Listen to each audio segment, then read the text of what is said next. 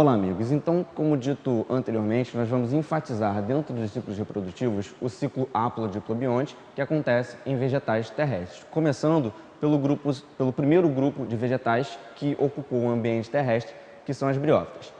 Esses vegetais que apresentam um pequeno porte e que não apresentam vasos condutores, como vocês já sabem, eles apresentam uma forte dependência na sua reprodução do ambiente aquático. Por isso, ainda estão restritos a ambientes extremamente úmidos. Esses organismos apresentam uma forte dependência ao ambiente aquático, principalmente por conta da produção de gametas flagelados, que são conhecidos como anterozoides. Como são flagelados, dependem da água para que consigam se locomover até encontrar o gameta feminino, que é o gameta conhecido como oosfera. Naquele ciclo que nós falamos, o ciclo haplodiplobionte, o gametófito ele é responsável pela produção de gametas.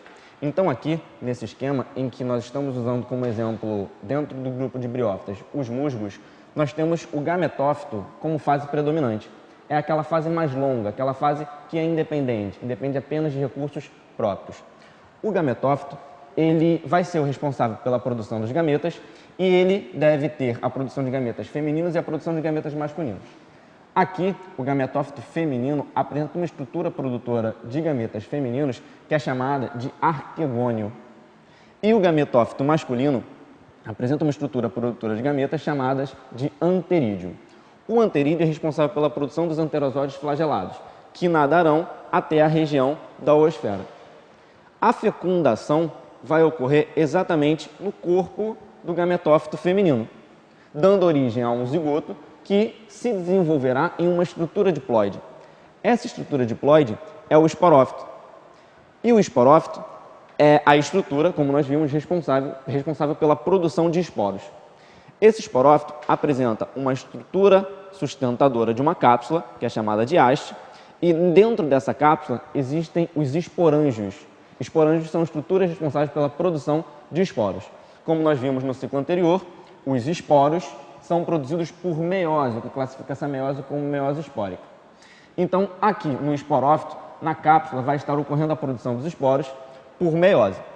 Esses esporos haploides são liberados no ambiente. Em geral, existem adaptações para que esses esporos sejam lançados em regiões mais distantes. E esses esporos, ao cair no ambiente, germinarão, dando origem ao que formará o posterior gametófito. Como esses esporos foram formados por meiose, eles também são haploides, assim como o gametófito. Quando eles caem no ambiente, eles germinam e dão origem a estruturas chamadas de protonemas.